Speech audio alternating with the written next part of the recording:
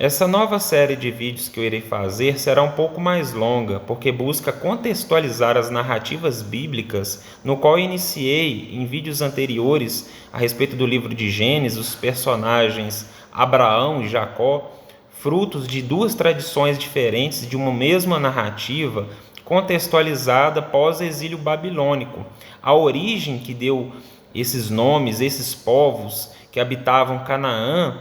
é de uma migração da Mesopotâmia, aonde havia um caldeirão cultural mesopotâmico que fundamentaram as suas crenças, e esses personagens surgiram como patriarcas desses povos. Eles migraram para Canaã por causa da estiagem, da fome ou das constantes invasões que haviam. Eles foram expulsos daquelas cidades de Ur, na Babilônia. Por isso, toda essa narrativa da expulsão do paraíso, dos jardins celestiais, daquele jardim do Éden, onde havia toda aquela abundância, e da briga, a rincha que tinha entre os povos urbanos e o povo do campo, que eu contextualizei essas narrativas de Abel e Caim, que são povos que cercaram as suas cidades,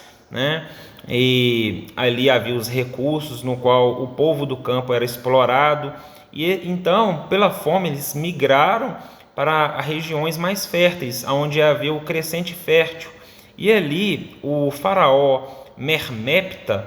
ele deixou aqueles povos habitarem ali, ele concedeu aquelas terras para que eles pudessem plantar e criar os seus animais, e assim virar os seus vassalos, que serviam como postos avançados do Egito para guardar as suas fronteiras, porque aquele delta do Nilo era altamente essencial para a existência do povo do Egito. Então, no Egito ali, no delta do Nilo, havia o Baixo Egito e o Alto Egito. O Baixo Egito, na verdade, seria o norte, era tudo inverso, e o alto seria o sul, porque ali no delta, aonde deságua o Nilo, é a região mais fértil, e ali vários povos migratórios ali da Mesopotâmia, eles não tinham para onde correr a não ser para ali, para poder ter uma subsistência, de onde eles pudessem ter o seu povo, perto de água, dos recursos. Então, servia para ambos os lados. E agora se contextualiza a origem, a origem desses povos. E nisso vocês precisam entender primeiramente como funciona um povo vassalo. Eles elegem primeiramente uma liderança desses povos vassalos para representá-los diante do faraó. Então você já está entendendo como se origina a narrativa de José do Egito, que era odiado por seus irmãos. Por quê? Porque ele era um governador, braço direito de Faraó, no qual ele deveria dominar aquele povo, aqueles clãs que pertenciam ali de sua origem,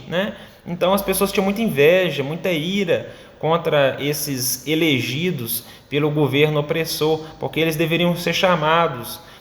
de vez em quando, anualmente, para poder prestar algum serviço ao Egito,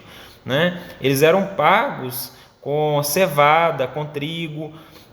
Então não era bem uma escravidão, era uma vassalagem o correto ali, Mas eles prestavam serviços, nas pedreiras,